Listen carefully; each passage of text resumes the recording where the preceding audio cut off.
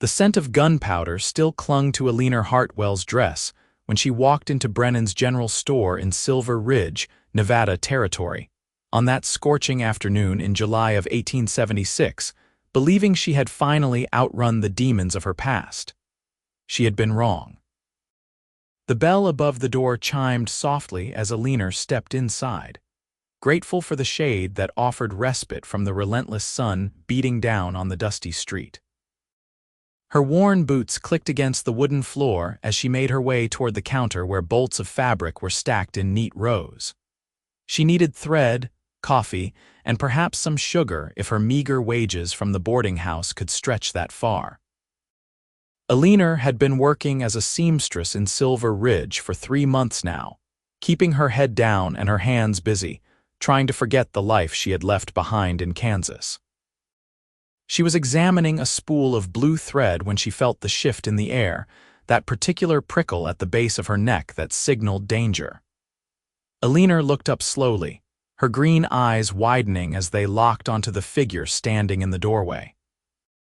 The afternoon light silhouetted him, but she would have recognized that stance anywhere, the slight favor of his left leg, the way his hand hovered near his gun belt. "Well, well," came the gravelly voice of Silas Blackwood, and Eleanor felt her blood turn to ice. "If it is not Eleanor Hartwell. Or should I say Eleanor Montgomery?" The general store fell silent. Mrs. Brennan, who had been chattering away about the heat with old Tom Perkins, stopped mid-sentence. The 2 miners browsing the tool section turned to stare. And Eleanor stood frozen, clutching that spool of thread like it was a lifeline. Silas stepped further into the store, his spurs jingling with each step. He was older than Eleanor remembered, his face more weathered, but his eyes held the same cruel glint. "You cost me a lot of money, girl. $20,000 to be exact. Money your dear departed husband stole from me before he got himself killed." "I do not know what you are talking about," Eleanor said, but her voice came out weaker than she intended. Her late husband, James Montgomery, had been shot dead 2 years ago during what everyone believed was a botched bank robbery. What no one knew except Eleanor was that James had been part of Silas Blackwood's gang, and he had double-crossed them, stealing a fortune before trying to escape with Eleanor to start a new life. He had been killed before he could tell her where he had hidden the money. "Do not play dumb with me," Silas snarled, moving closer. His hand dropped to his revolver.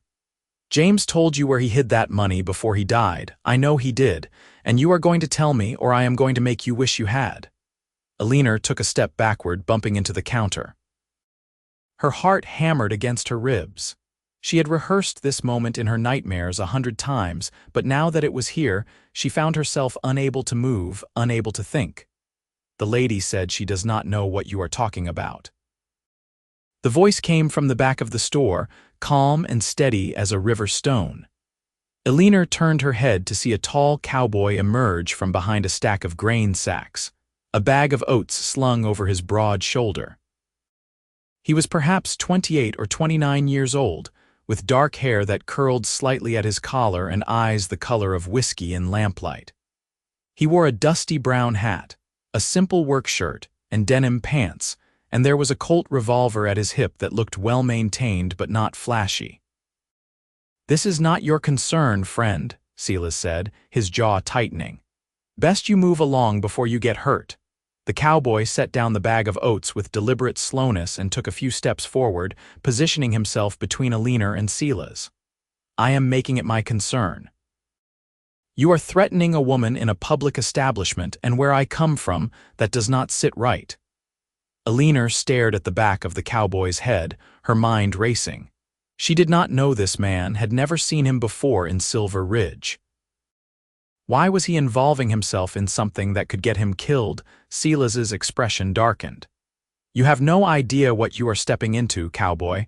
This woman's husband was a thief and a liar. He stole from me, and she knows where the money is." "Even if that were true, and I am not saying it is, you cannot just threaten people," the cowboy replied. His voice remained even, but Eleanor could see the tension in his shoulders, the way his hand hung loose and ready near his gun. "If you have a legal claim, take it to the sheriff." Otherwise, I suggest you leave the lady alone." The standoff seemed to stretch for an eternity. Eleanor could hear her own breathing, quick and shallow.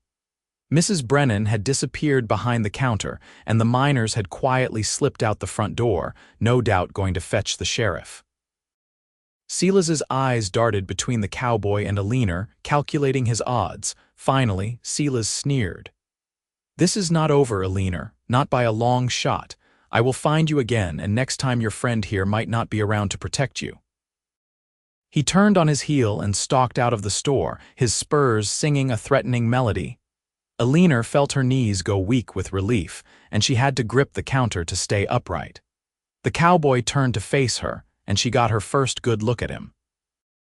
He had a strong jaw, a straight nose that had been broken at least once, and eyes that held both kindness and a wariness that spoke of hard experience. "Are you all right, miss?" he asked, his voice gentler now.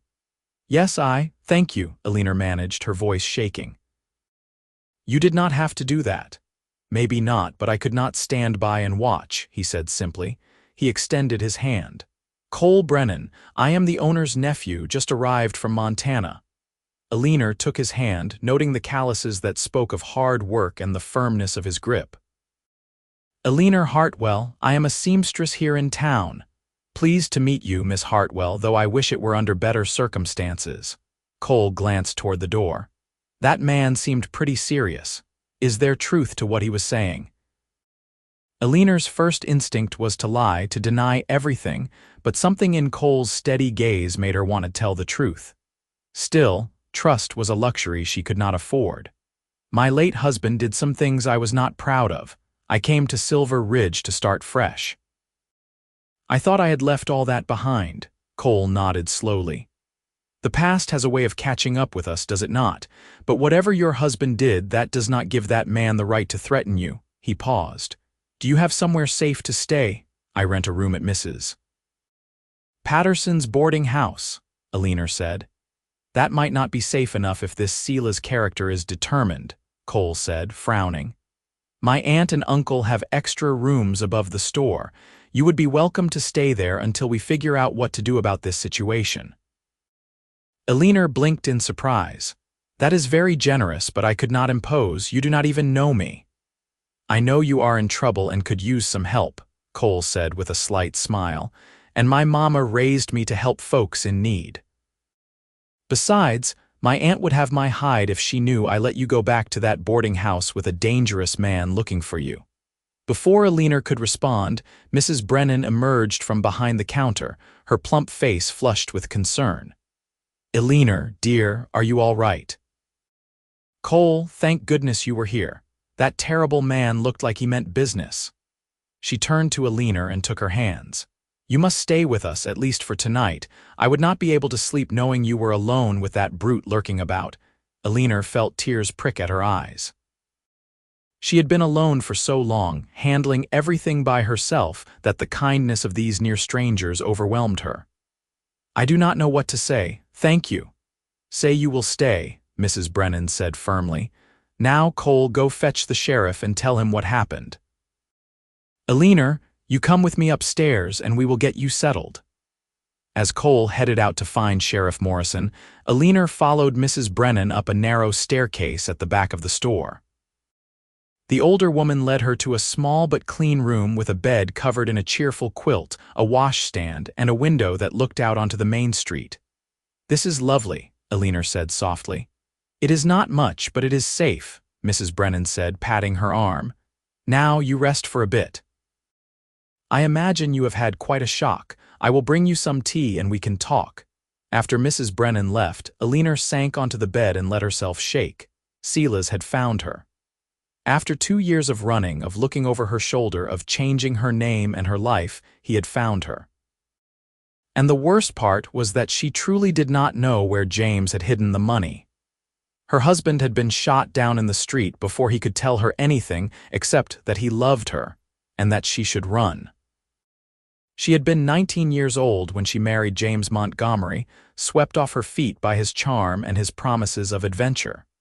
She had not known he was an outlaw, had not known about his association with Silas Blackwood's gang. By the time she learned the truth, She was already in too deep. James had sworn he was going to leave the gang, that they would start fresh somewhere new. He had stolen that money as his way out, but it had cost him his life instead. A knock at the door pulled Eleanor from her thoughts. "Come in," she called. Cole entered, removing his hat respectfully.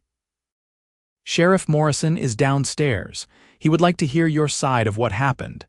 Eleanor stood, smoothing her skirts. "Of course." She followed Cole back downstairs, where a barrel-chested man with a thick mustache and a silver star on his vest waited. Sheriff Morrison had kind eyes, but there was steel in them too. "Miss Hartwell," he said, nodding. "Cole here told me about the incident. I need to know everything you can tell me about this Silas Blackwood." Eleanor took a deep breath and told him a version of the truth, careful not to incriminate herself in any crimes. She explained that her late husband had been involved with Silas's gang, that he had tried to leave and had been killed, and that Silas believed she knew the location of some missing money. "And do you know where this money is?" Sheriff Morrison asked. "No, sir," Eleanor said honestly.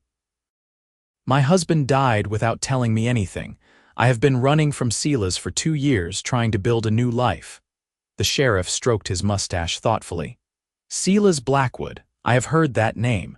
He runs with a rough crowd out of Kansas, wanted for stagecoach robbery and murder.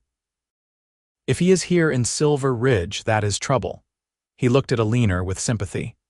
"I will keep an eye out for him, post some deputies around town, but you should stay somewhere safe, at least for a while." "She is staying here," Mrs. Brennan interjected firmly. Sheriff Morrison nodded approvingly. "Good, I will stop by regularly to check on things." He tipped his hat to Eleanor.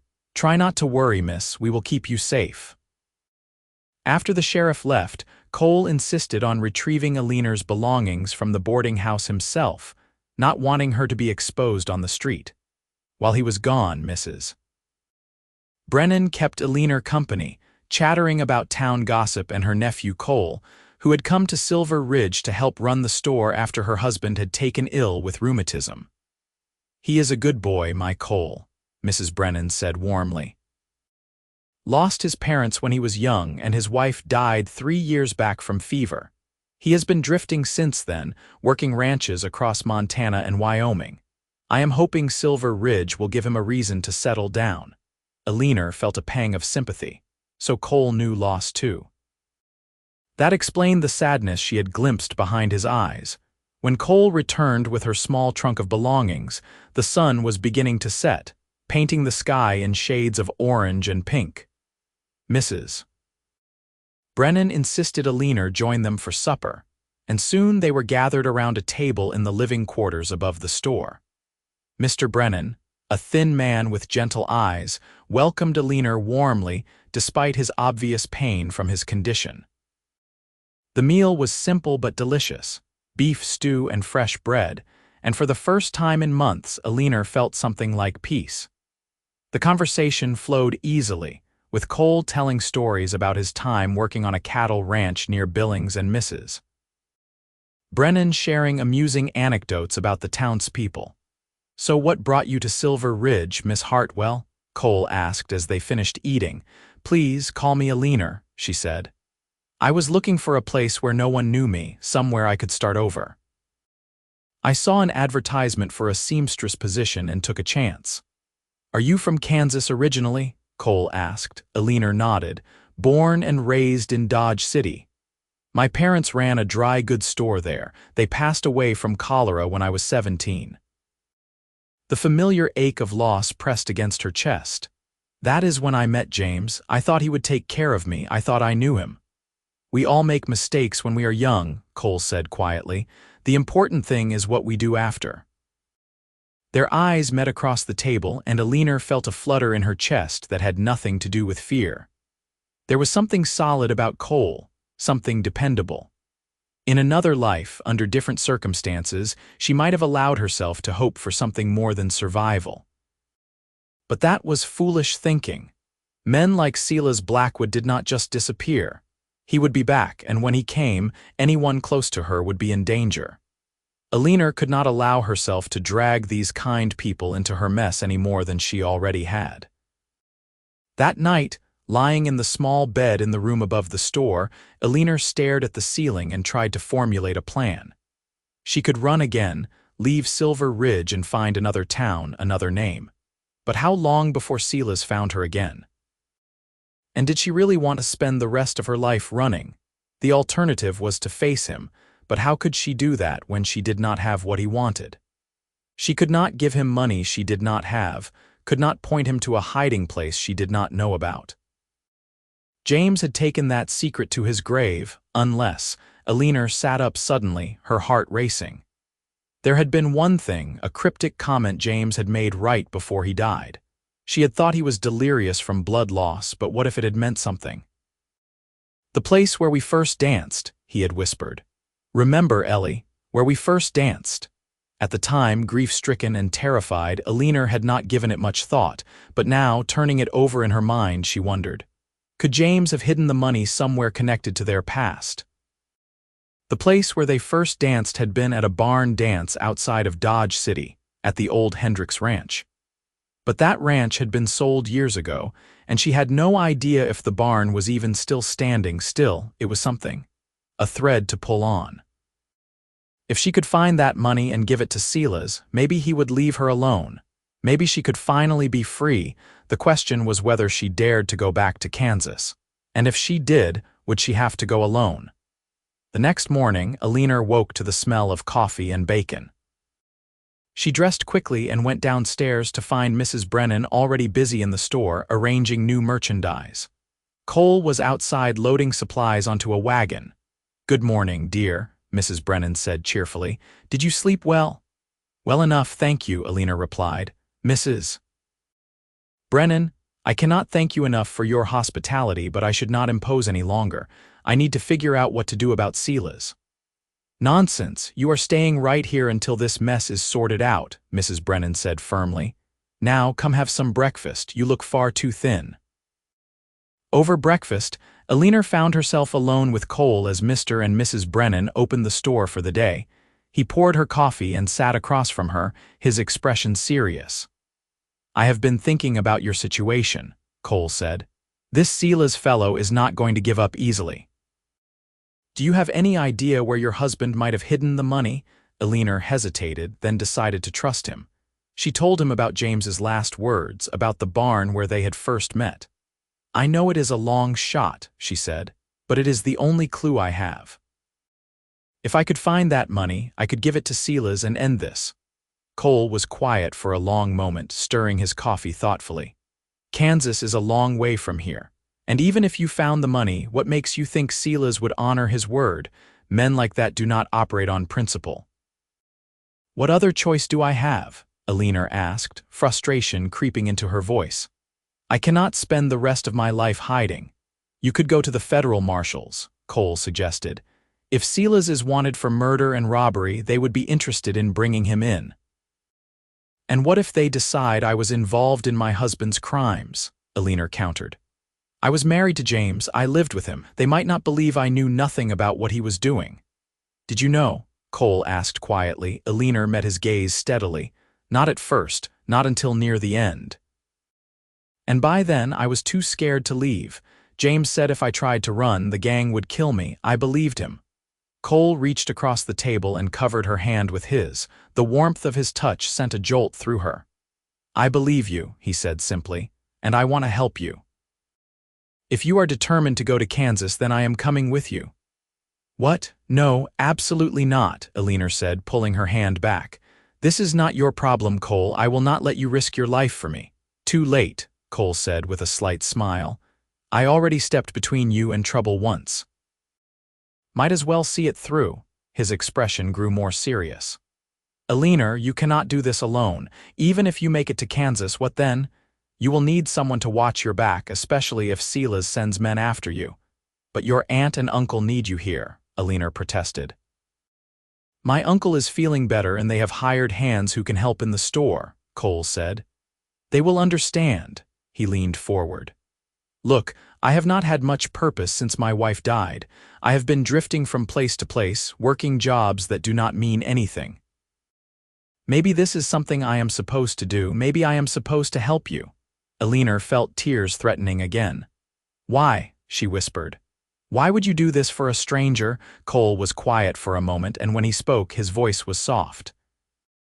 "Because when I look at you, I see someone who deserves a second chance, and maybe because I need one too." The air between them felt charged, heavy with unspoken feelings. Eleanor knew she should refuse his help, should protect him from the danger that followed her. But the truth was, she did not want to face this alone. And something about Cole made her feel safe in a way she had not felt since before James died. "All right," she said finally, "but if things get too dangerous, you have to promise me you will save yourself." "Same goes for you," Cole said, extending his hand. Eleanor shook it, sealing their agreement. Over the next 2 days, Cole and Eleanor prepared for their journey to Kansas. Cole purchased a sturdy wagon and 2 strong horses, along with supplies for the trip. Sheriff Morrison was not happy about them leaving town while Silas was still at large, but he understood Eleanor's reasoning. "If you find that money, do not try to confront Blackwood yourselves," the sheriff warned. "Bring it to the federal marshals. Let them handle it." Eleanor promised they would, though she was not sure it was a promise she could keep. Mrs. Brennan packed them enough food for an army, fussing over them like a mother hen. "You take care of my nephew," she told Eleanor sternly. "And Cole, you keep this girl safe. Do not make me come after you." "Yes, ma'am," Cole said with a grin, kissing his aunt's cheek. They left Silver Ridge at dawn on a Tuesday morning in late July, heading east across the Nevada Territory. The wagon was well-stocked, and Cole had made sure both he and Eleanor were armed. He had given her a small revolver and taught her how to use it, insisting she needed to be able to protect herself. The journey was long and grueling. They traveled through scorching deserts and over mountain passes, stopping in small towns to rest the horses and replenish supplies. Along the way, Cole and Eleanor talked, sharing stories of their lives and their losses. Eleanor learned that Cole had been married to a schoolteacher named Mary, a gentlewoman who had died of fever during a harsh Montana winter. He spoke of her with love but also with acceptance, as someone who had made peace with his grief. "I will always love Mary," he told Eleanor one evening as they sat by their campfire under a canopy of stars. "But I have learned that the heart has room for more than one love. Losing her taught me not to take a single day for granted." Eleanor shared her own story more fully, telling Cole about her lonely childhood after her parents died, about how James had seemed like a savior at first, charismatic and exciting. "I thought he would fill the emptiness," she said. "But he only made it worse. I was so young and so naive." "You were surviving," Cole said gently. "We all do what we have to do." As the days passed, Eleanor found herself growing more comfortable with Cole, more drawn to him. He was patient and kind, quick to laugh and slow to anger. He treated her as an equal, asking her opinion and listening when she spoke. It had been so long since anyone had treated her with such respect. They crossed into Colorado territory, then into Kansas, following the Santa Fe Trail and then cutting north toward Dodge City. The landscape changed from mountains and desert to rolling plains of tall grass that swayed in the wind like waves on an ocean. Eleanor felt her anxiety increase as they drew closer to her old home. She had not been back to Dodge City since fleeing 2 years ago, and she had no idea what they would find when they arrived. It took them 3 weeks to reach Dodge City, and when they finally rolled into town in mid-August, Eleanor barely recognized it. The city had grown, new buildings lining Front Street, more people crowding the sidewalks. But some things remained the same: the Long Branch Saloon, the town marshal's office, the church with its white steeple. They checked into a modest hotel, taking separate rooms but adjacent ones.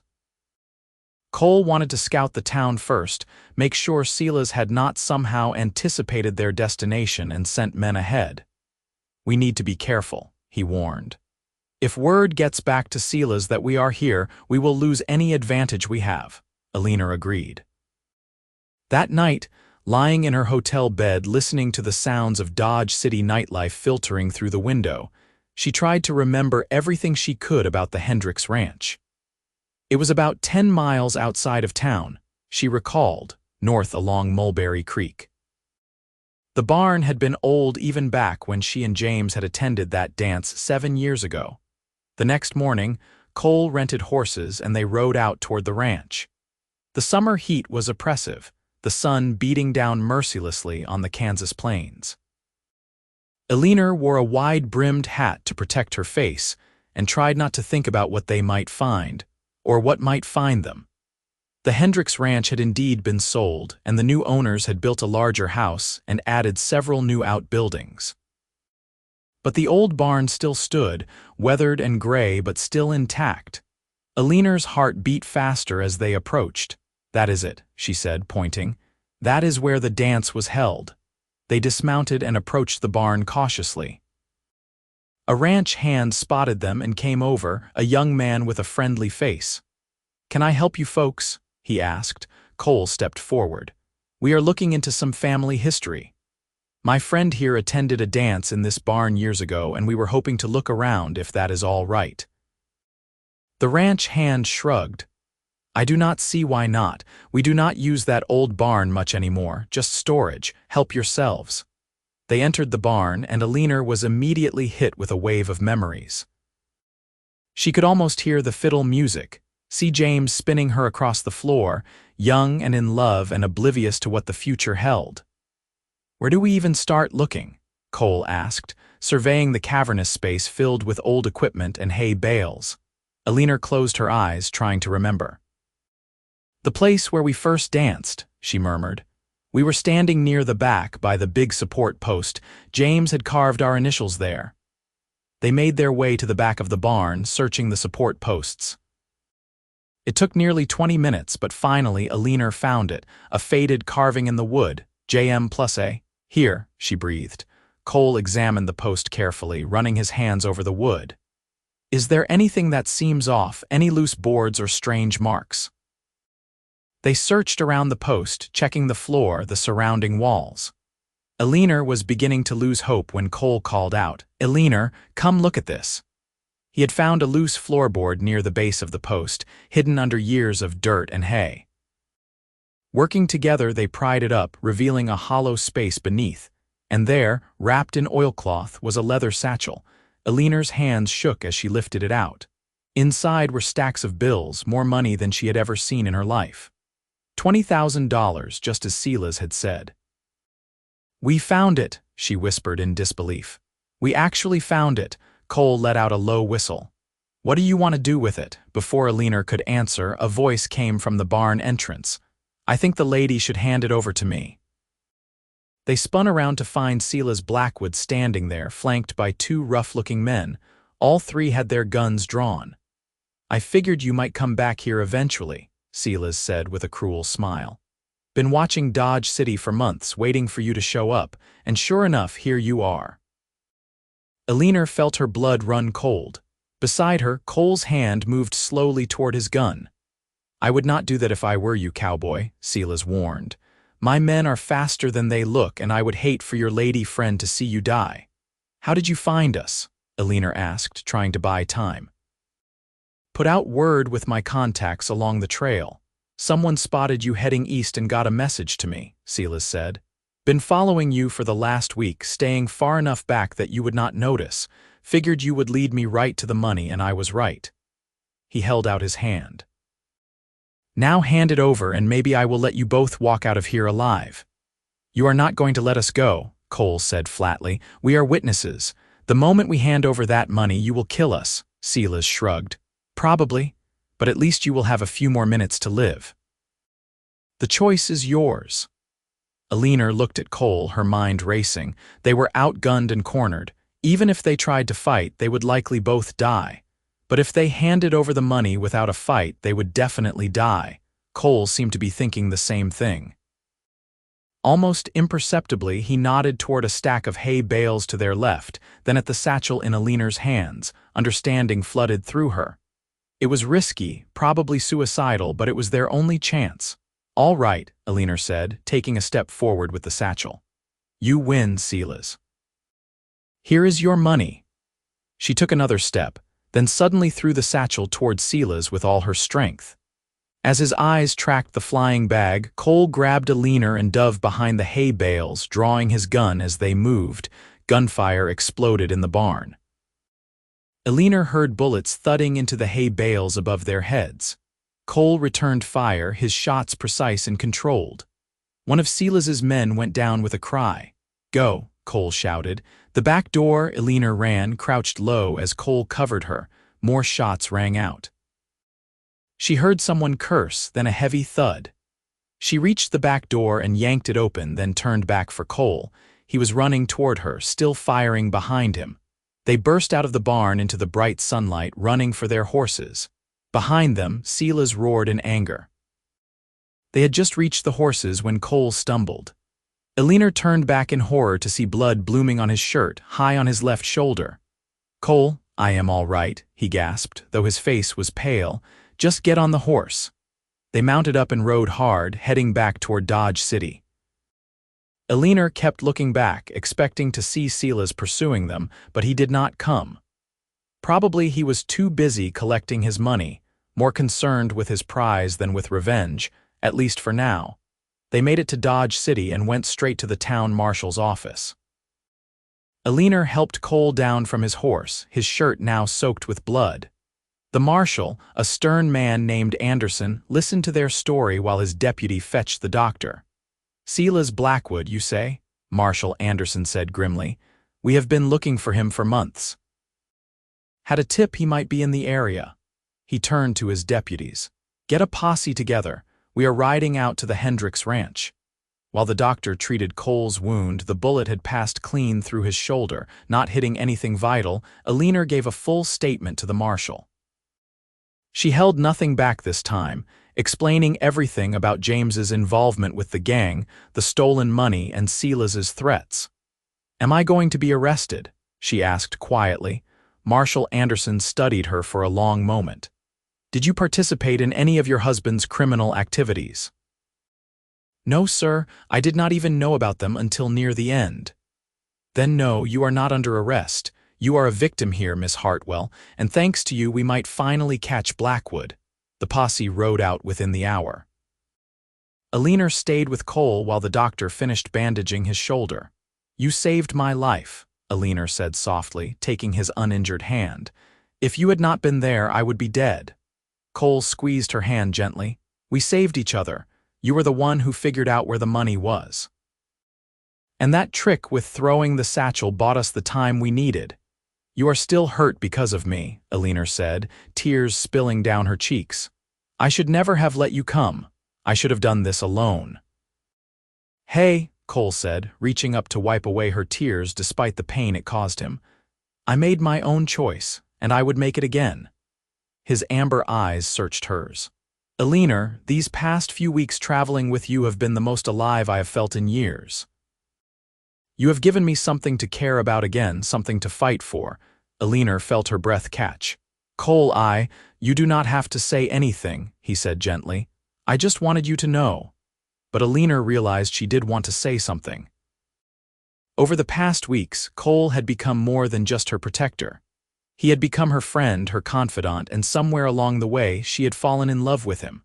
"I care about you too," she said, the words tumbling out. "More than I should, probably, more than is wise, but I cannot help it." Cole's face broke into a smile despite his pain. "That is the best news I have heard in a very long time." He pulled her closer with his good arm, and Eleanor leaned in, pressing her lips to his in a kiss that felt like coming home. It was gentle and sweet, full of promise and hope for a future neither of them had dared to imagine. When they finally pulled apart, Eleanor rested her forehead against his. "What do we do now?" she whispered. "Now we wait for the marshal to come back," Cole said. "And then we figure out the rest of our lives together." The posse returned 3 hours later with Silas Blackwood and his remaining man in custody. There had been a brief shootout at the ranch, but the outlaws had been outnumbered and forced to surrender. The money had been recovered. Marshal Anderson came to see Eleanor and Cole at the hotel that evening. "Blackwood is locked up tight," he said. He will stand trial for his crimes. With your testimony and the physical evidence, he will hang for sure." Eleanor felt a wave of relief so powerful it nearly knocked her over. It was finally over. After 2 years of running in fear, it was finally over. "Thank you, Marshal," she said. "One more thing," Anderson said. "The money your husband stole. Turns out it was taken from a train robbery Blackwood's gang pulled off. The railroad is offering a substantial reward for its recovery, 10% of the total. That would be $2,000 split between the two of you." Eleanor and Cole exchanged stunned looks. $2,000 was a fortune. "We cannot take that," Eleanor said. "We were just trying to stay alive." "You earned it fair and square," the marshal said. "And frankly, the railroad is happy to get the money back.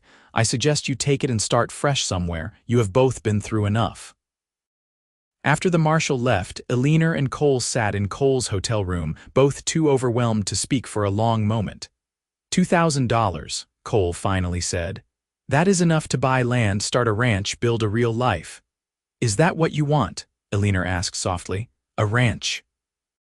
"What I want is a future with you," Cole said, taking her hand. "Whether that is a ranch, a farm, a store, I do not care, as long as we are together." Eleanor felt tears of joy running down her face. "Are you asking me to marry you, Cole Brennan?" "I suppose I am," he said with a crooked smile. "I know it is fast, and I know we have only known each other a short time, but life is too short to waste time when you have found something real, and this, what we have, is real." "Yes," Eleanor said without hesitation. "Yes, I will marry you." They were married 2 weeks later in a small church in Dodge City, with Marshal Anderson standing as witness. Cole's shoulder had healed enough for him to stand without assistance, and Eleanor wore a simple blue dress that made her green eyes shine. After the ceremony, they sent a telegram to Cole's aunt and uncle in Silver Ridge, sharing the news. Mrs. Brennan's reply was enthusiastic, full of congratulations and demands that they visit soon. With their reward money, Cole and Eleanor purchased land just outside of Dodge City, 200 acres of prime grassland perfect for raising cattle. They spent the late summer and fall of 1876 building their home, a modest house with a wide porch and room to grow. It was hard work, but it was good work. Eleanor discovered she had a talent for ranching, able to gentle the most stubborn horse and keep the books with precision. Cole was in his element, working the land and caring for the animals. They hired a few ranch hands as the operation grew, good men who respected Eleanor and took orders from her as readily as from Cole. In the evenings, they would sit on their porch and watch the sunset paint the Kansas sky in brilliant colors, content in each other's company. Cole would tell stories about his days working ranches in Montana, and Eleanor would share memories of her parents and the good times before tragedy had struck. "Do you ever regret it?" Eleanor asked one evening as autumn gave way to winter. "Taking a chance on me." "Your life would have been simpler if you had just walked away that day in the store." Cole pulled her close against his side. "Not for 1 second. You are the best thing that ever happened to me, Eleanor Brennan. You gave me a reason to live again, a reason to build something lasting." "You did the same for me," Eleanor said, kissing his cheek. "I was just surviving before you, now I am living." That winter was harsh, with blizzards that buried the prairie in snow, but the Brennan Ranch weathered it well. They had prepared carefully, stockpiling supplies and building a sturdy barn for the livestock. The nights were long and cold, but Eleanor and Cole kept each other warm, talking by the fire and making plans for the future. In the spring of 1877, Eleanor discovered she was with child. The news filled them both with joy and a little fear, remembering how Cole had lost his first wife to fever. But Eleanor was healthy and strong, and the local doctor assured them she would be fine. Their son was born in November of 1877, a healthy baby boy with his father's dark hair and his mother's green eyes. They named him Thomas, after Cole's father, and he became the light of their lives. Silas Blackwood was hanged in early 1878 for his crimes, and with his death, The last shadow of Eleanor's past was finally laid to rest. She received a letter from Marshal Anderson informing her of the execution and assuring her that the remaining members of Blackwood's gang had been scattered, no longer a threat. The years passed peacefully. The Brennan Ranch prospered, growing from a modest operation to one of the most successful cattle ranches in the region. Thomas grew into a bright, energetic child who loved horses and the wide, open spaces of Kansas. In 1880, Eleanor gave birth to a daughter they named Mary, after Cole's first wife, and then in 1883, another son they named James, reclaiming the name from Eleanor's painful past and giving it new meaning. Cole and Eleanor's love only deepened with time.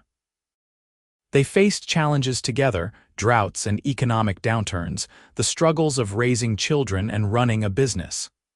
But they always came through stronger, their bond unbreakable.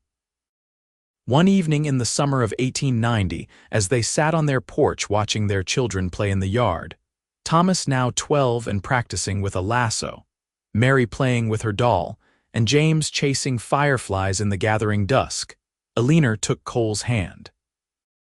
"Do you remember that day in the general store?" she asked. "When you stepped between me and Silas, every detail," Cole said with a smile. "That was the day my life changed forever." "Mine too," Eleanor said. "I was so scared, so certain I would never be free of my past. And then you were there, this stranger willing to risk everything for someone you did not even know."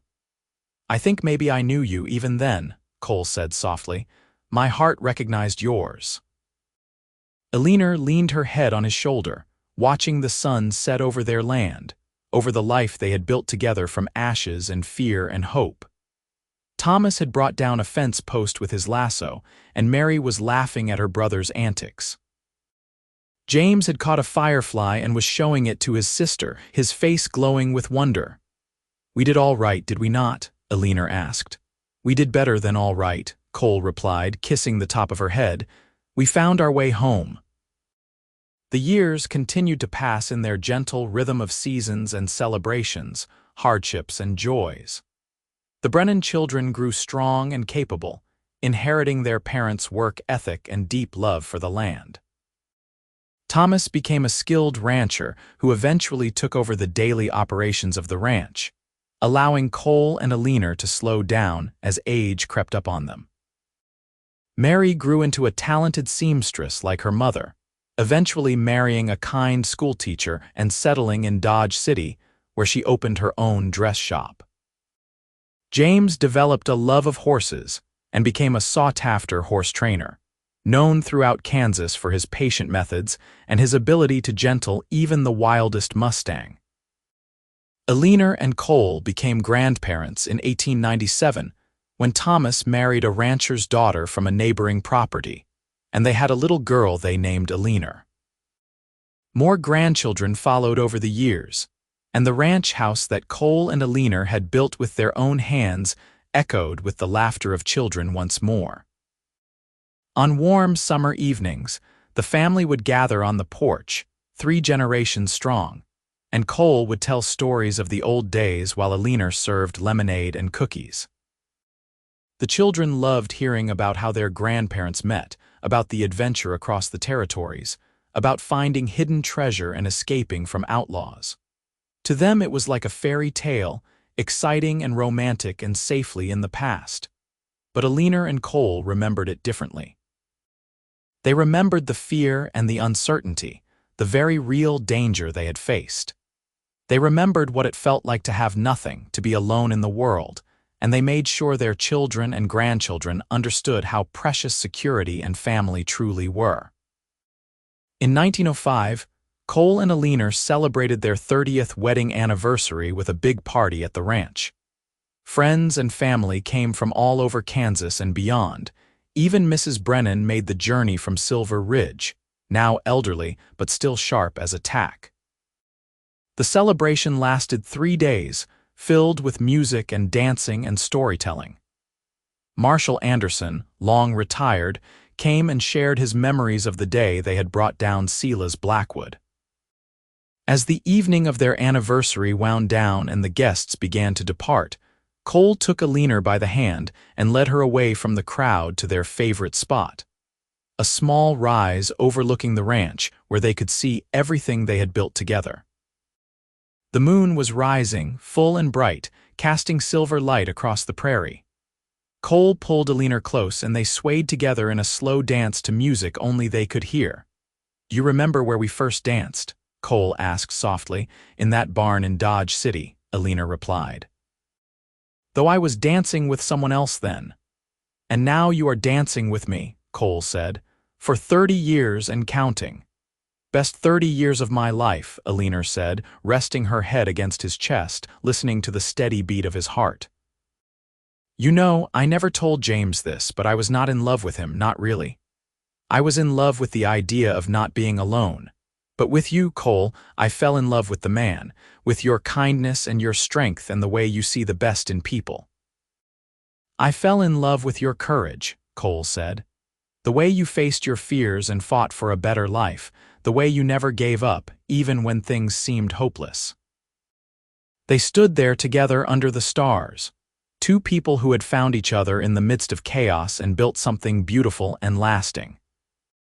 The ranch spread out below them was a testament to their hard work and dedication, but it was also a testament to something more fundamental, the power of love to heal and transform. In 1912, as they approached their 70s, Cole's health began to fail. His heart was weakening, the doctor said, worn out from a lifetime of hard work. Eleanor cared for him devotedly, never leaving his side, holding his hand through the difficult nights. "I am not afraid," Cole told her one evening as they sat together on their porch, wrapped in blankets against the autumn chill. "I have had a wonderful life, more than I ever deserved, and when my time comes, I will go easy knowing you will be all right." "Do not talk like that," Eleanor said, though tears streamed down her face. "You are not going anywhere. We have more years together yet." "Maybe," Cole said gently. "But if we do not, I want you to know that loving you has been the greatest privilege of my life. You made me whole again, Eleanor. You gave me purpose and joy and a family I treasure more than anything." Eleanor clutched his hand tighter. "And you saved me in every way a person can be saved. I was lost before you, Cole. You showed me that I could be more than my past, that I deserved happiness and love." Cole lingered through the winter, growing weaker, but never losing his gentle spirit or his love for his family. He passed away peacefully in his sleep in February of 1913, with Eleanor holding his hand and their children gathered around his bed. Eleanor grieved deeply, as anyone would grieve the loss of their great love, but she did not break. Cole had taught her how to be strong, how to keep going even when the path ahead seemed dark. She threw herself into helping Thomas run the ranch and spending time with her grandchildren, who brought her comfort and joy. She lived another 12 years, remaining sharp and active almost until the end. She loved to tell stories about Cole, keeping his memory alive for the younger generations who had never known him. She told them about his bravery in the general store, about the journey across the territories, about building the ranch from nothing. She told them about the small moments too, the way he laughed at her jokes, the way he always brought her wildflowers from the prairie, the way he could calm a frightened horse with just his voice. Eleanor passed away in her sleep in the spring of 1925, at the age of 73. She was buried next to Cole on a hillside overlooking the ranch, with a simple stone that read, "Eleanor Brennan, beloved wife, mother, and grandmother, she lived with courage." The Brennan Ranch continued to thrive through the generations, passed down from parent to child, a lasting legacy of two people who had found each other against all odds. The story of Cole and Eleanor became family legend, told and retold around dinner tables and campfires, an example of true love and the courage to start over. In the old family Bible that had once belonged to Cole's parents, preserved now in a place of honor in the ranch house, there was an inscription in Eleanor's careful handwriting, added shortly before her death. "In the darkest moment of my life, when my past caught up with me at the general store, a cowboy stepped between me and trouble. He was a stranger then, but he became my husband, my partner, my great love. Together we built a life beyond anything I had dared to dream. This is our legacy, not just the land or the ranch, but the lesson that love can transform us, that courage can redeem us, and that it is never too late to begin again. Remember us and live bravely. And the family did remember them, generation after generation, keeping alive the story of how Eleanor and Cole found love in the Wild West, how they faced down danger and built something lasting, how they proved that even a past full of pain could give way to a future full of hope. The old barn in Dodge City, where James Montgomery had hidden the stolen money, was torn down in 1932. But by then, it did not matter. Eleanor and Cole had long since transformed that place of secrets and fear into something else entirely, a symbol of the moment when everything changed, when two lost souls found each other and decided to build something new. Their love story became a part of the fabric of Kansas history, a reminder that the Wild West was not just about gunfights and outlaws, but also about ordinary people finding extraordinary courage, about second chances and new beginnings, about stepping between someone and trouble and discovering that sometimes, in saving someone else, we save ourselves. The ranch still stands today, worked by the descendants of Thomas and his siblings, a thriving operation that has weathered economic depressions and world wars, and all the changes that time brings. On the hillside where Cole and Eleanor are buried, their graves are always decorated with fresh wildflowers, placed there by family members who never knew them but who carry their legacy forward. Because in the end, that is what love does. It endures beyond our lifetimes, in the children we raise and the values we pass on, and the stories that outlive us. Cole Brennan stepped between Eleanor Hartwell and trouble one hot day in July of 1876, and in doing so, he changed the course of both their lives forever. From that one moment of courage bloomed a love that lasted a lifetime and a legacy that continues still. Proof that even in the roughest terrain of the Wild West, love could take root and flourish and create something beautiful that would last for generations. Their story began with danger and fear, with a secret past catching up and a stranger willing to help. But it became so much more than that. It became a story of healing and hope, of building a life together through hard work and dedication, of raising a family and creating a home, of growing old together and leaving behind something meaningful. It became, in short, a story of love in all its complexity and beauty, the kind of love that transforms everything it touches. And that is how it should be remembered, not just as a tale of adventure in the Old West, but as a testament to the power of human connection, to the courage it takes to love again after loss, to the faith required to trust a stranger with your heart. Eleanor and Cole's love story reminds us that even when our past threatens to destroy us, there is always the possibility of redemption, always the chance that someone will step forward and say, "I will stand with you. I will face this with you. You are not alone."